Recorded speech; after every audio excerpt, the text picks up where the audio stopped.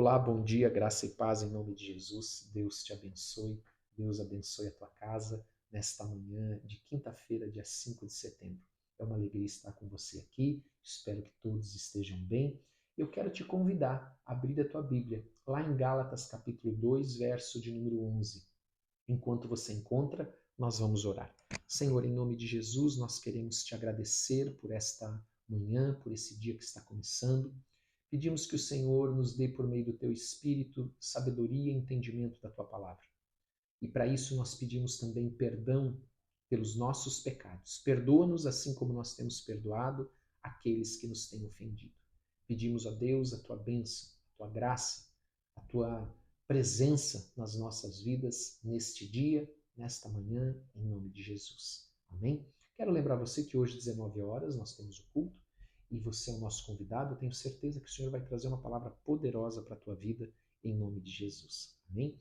Indo então aqui para Gálatas capítulo 2, verso 11, eu quero lembrar você que esse episódio aqui, ele ocorre após o concílio de Jerusalém, que nós já falamos um pouco sobre esse concílio de Jerusalém, quando Paulo vai até Jerusalém junto com Barnabé e Tito, e lá então eles expõem o que o Senhor estava operando por meio do ministério, do chamado de Paulo e de Barnabé e salvando os gentios. Aonde então ali se chegou de uma maneira simples, resumida, ao entendimento de que Cristo morreu na cruz também para salvar os gentios que somos nós. Amém?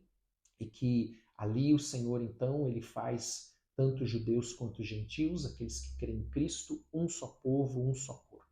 Então, no versículo 11, nós vamos ver que Pedro ele vai visitar a igreja em Antioquia. Ela é a primeira igreja de gentios, lá em Antioquia, onde Paulo estava. Paulo e Barnabé estavam lá. Então diz assim no versículo 11: Quando, porém, Cefas veio a Antioquia, resisti-lhe face a face, porque se tornara repreensível. Amados, o que é repreensível? É alguém condenado, alguém culpado. E ele se tornou culpado porque no concílio de Jerusalém, como eu falei, eles entenderam pelo Espírito que a salvação tinha sido estendida por meio de Cristo a todos os gentios também, não somente aos judeus. Mas o que aconteceu? Nós vamos ver isso a partir do versículo 12. Amados, esse texto, numa primeira leitura, ele parece um texto muito simples, só de uma discussão que houve, mas ele é um texto muito profundo, porque ele fala para nós da importância das nossas atitudes, não só das nossas palavras. As nossas atitudes, amados, devem ser condizentes com o coração, assim como a boca fala do que o coração está cheio. Amém? Olha o que diz aqui. Com efeito, antes de chegarem alguns da parte de Tiago, Tiago é aquele que era uma das colunas da igreja em Jerusalém, junto com Pedro e João. Comia com gentios, quando porém chegaram, afastou-se e por fim veio apartar-se, temendo os da circuncisão. Da circuncisão são aqueles judeus supostamente cristãos, mas nós já sabíamos e aprendemos que alguns desses judeus estavam formando uma seita onde eles queriam introduzir na igreja com tradições, costumes judaizantes, que nós já citamos, circuncisão, volta a guardar o sábado, etc. Coisas que haviam sido abolidas em Cristo. Então o que aconteceu? Pedro estava lá em Antioquia e ele estava sentado à mesa com gentios. E para o judeu era proibido sentar, para o judeu tradicional era proibido sentar à mesa com gentios pecadores, porque eram pagãos, eram pecadores. Então Pedro estava lá comendo junto com eles, tudo bem, porém quando chegaram esses homens, supostamente com o pretexto de serem enviados da parte de Tiago, mas na verdade eles queriam trazer tumulto para a igreja, Pedro temeu e ele se afastou dos gentios, ele se recusou a sentar à mesa dos gentios e foi sentar à mesa com aqueles cristãos judaizantes, aqueles judeus que queriam introduzir essas tradições e esse costume. Então, amados, Pedro ali, ele se afasta. Ele então está transmitindo uma mensagem, amados, porque ele se recusa a comer com gentios para comer com judeus. E qual é essa mensagem que sem palavras ele está transmitindo? E que isso nos ensina muito também a nós, que mensagem nós estamos passando, porque nós precisamos lembrar de uma coisa, amados, neste caso aqui, Pedro, Tiago e João eram colunas da igreja. Então eles eram considerados como os maiores, eu vou usar esse termo, amém? A liderança maior da igreja. Só que, amados, aqueles que estão em cima devem dar exemplo, porque os que estão abaixo, eles vão imitar, eles vão seguir, seja palavra, seja atitude, seja o que for. Então, aqueles que estão em cima têm a responsabilidade de ser exemplo, e Pedro não estava sendo um bom exemplo nesse momento. Ele então, com esta atitude que ele tem, ele está golpeando o evangelho da graça. Porque ele está voltando ao quê? Apoiando os costumes, as tradições legalistas, os costumes daqueles judeus que queriam introduzir isso na igreja, esse legalismo, essa salvação por obras e não pela fé em Jesus Cristo, que é a grande discussão em todas as epístolas que haviam com relação aos falsos mestres naquele tempo, querendo introduzir a volta a costumes e tradições mosaicas que haviam sido abolidas. Então, dizendo que a salvação não é pela graça, a salvação é pelas obras. E nós sabemos que pela lei, pelas obras, ninguém vai ser salvo, porque a lei ela condena a todos. Amém? Então, ele tem essa atitude. Então, Pedro, por medo de perder possivelmente a popularidade com os judaizantes, ele transmite esta mensagem de apoio à doutrina herege que eles pregavam. Olha que sério que é isso. Olha como é importante tudo que nós fazemos, amados. As nossas atitudes, as nossas palavras, tudo, tudo, tudo, tudo. Nós precisamos tomar cuidado. Versículo 13. E também os demais judeus dissimularam com ele a ponto de o próprio Barnabé ter se deixado levar pelas dissimulações dele. Veja, é o que eu disse, como ele era o exemplo, ele deveria ser exemplo para todos, ele foi um mau exemplo daqueles judeus cristãos aqui verdadeiros que estavam junto com Pedro, com Paulo, até eles se deixaram levar, inclusive o Barnabé, companheiro das viagens missionárias de Paulo. Se deixaram levar pela dissimulação de Pedro. Até eles não quiseram mais sentar à mesa com gentios, sendo que o concílio de Jerusalém havia resolvido essa questão, dizendo que a salvação também era para os gentios e que todos somos um só corpo em Cristo. Amém? Versículo 14. Quando, porém, vi que não procediam corretamente segundo a verdade do evangelho, disse a Pedro, Cefas é Pedro, né? Na presença de todos, se sendo tu judeu, vives como gentil e não como judeu, por que obrigas os gentios a viverem como judeus? Ele está falando isso aqui no versículo de número 14.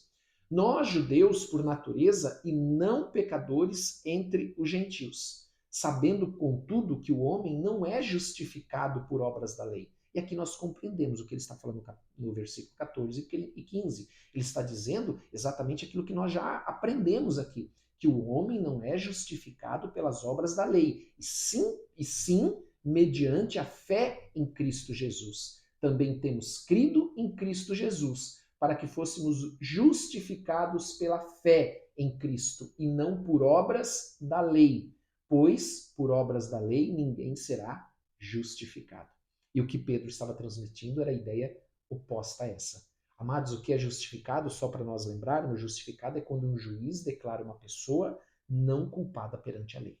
E nós só podemos ser declarados justificados por meio de Cristo. A lei não, amados, porque nós não conseguimos obedecer pelos nossos méritos, pelos nossos esforços, a lei de Deus. Então, aquele que quebra um mandamento, quebra toda a lei. Versículo 17. Mas se procurando ser justificado em Cristo fomos nós mesmos também achados pecadores, dar-se-á o caso de ser Cristo ministro do pecado. Então Paulo aqui ele está condenando Pedro, porque a ação dele faz parecer que Cristo morreu de forma inútil. Para que Cristo morreu se a salvação continua sendo por obras, pela lei? E no versículo 18 ele diz mais, porque se torna edificar aquilo que destruí, a mim mesmo me constituo transgressor. Ele está dizendo assim, eu não posso voltar ao sistema de salvação mosaica, legalista, porque ela não salva ninguém, ela só condena. Quem salva é Cristo. Por isso que Cristo veio para salvar o mundo, não para condenar, porque o mundo já está condenado. Versículo de número 19. Porque eu, mediante a própria lei, morri para a lei, a fim de viver para Deus. Estou crucificado em Cristo. E versículo, vamos ler já o versículo também 20. Logo, já não sou eu quem vive, mas Cristo vive em mim. E esse viver que agora tenho na carne, vivo pela fé no Filho de Deus, que me amou e a si mesmo se entregou por mim. Amados, o que ele está dizendo aqui? Que a lei não vale mais para alguém que morreu.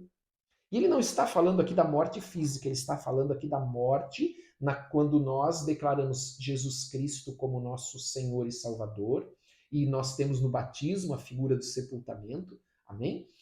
Então, quando o cristão morre em Cristo, não é a morte física, mas entrega a sua vida para Cristo, e nós então entendemos, porque a palavra de Deus ensina isso, que Cristo pagou todo o castigo pelo pecado. Todo, não ficou nada que Jesus não pagou na cruz. Por isso que ele levou os nossos pecados na cruz, para pagar o castigo que nós merecíamos. Então, para sempre, nós estamos libertos desse castigo, de qualquer castigo, porque a justiça foi satisfeita pela morte de Cristo na cruz. É isso que Paulo está dizendo aqui. Quando eu falo não sou mais eu que vivo, mas Cristo vive em mim, é porque eu entreguei a minha vida para Cristo. Agora não sou eu mais que vivo, eu morri para mim mesmo, mas Cristo vive em mim.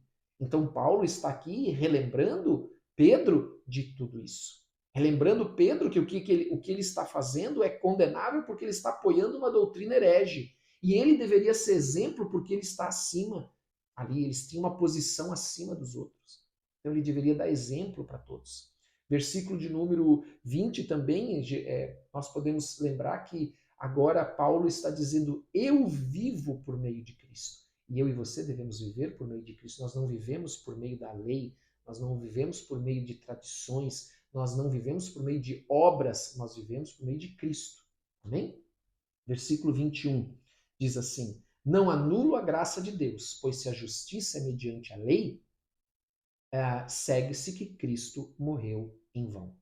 Então, Paulo, ele fecha esse assunto com Pedro, porque como Pedro tomou essa posição a favor dos cristãos judaizantes naquele momento, e que nada mais eles faziam do que pregar uma doutrina herege, ele está negando. Pedro estava fazendo aquela atitude de deixar ou recusar sentar com os gentios para sentar com os judaizantes.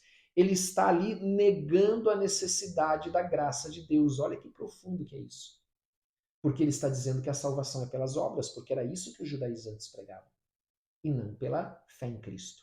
Então ele nega a necessidade da graça de Deus simplesmente por uma atitude que ele tomou. Olha que sério que é isso, amados. Olha como nós devemos vigiar as nossas atitudes. Ele está dizendo então que Cristo morreu desnecessariamente. Não precisava ter morrido. Porque eu posso obter minha salvação pelos meus próprios esforços. E a gente sabe, você que tem acompanhado aqui, sabe que isso não é possível. Amém? Glória a Deus por essa passagem. Louvado seja o Senhor. Eu quero te convidar a orar comigo. Pai, em nome de Jesus, eu quero te agradecer por esse dia. Pedir que o Senhor abençoe a cada um que está aqui, cada família aqui representada, que o Senhor derrame da tua graça e do teu poder. Que o Senhor possa continuar nos ensinando a tua palavra, Senhor. Falando no íntimo de cada um, Senhor, no particular de cada um, Senhor, em nome de Jesus. Nós pedimos, Pai, dá-nos do teu Espírito Santo, em nome de Jesus. Abençoa cada família aqui representada, abençoa os filhos, abençoa o casamento, abençoa o marido, a esposa, abençoa os viúvos, viúvas, os solteiros, solteiras, em nome de Jesus. Derrama da tua graça, da tua proteção, derrama saúde, Pai. Traz paz para cada coração. Abençoa toda a obra das mãos do teu povo. Que esse dia seja um dia próspero, um dia abençoado, um dia cheio de alegria, em nome de Jesus Cristo. E nós te damos toda a honra e toda a glória, Senhor.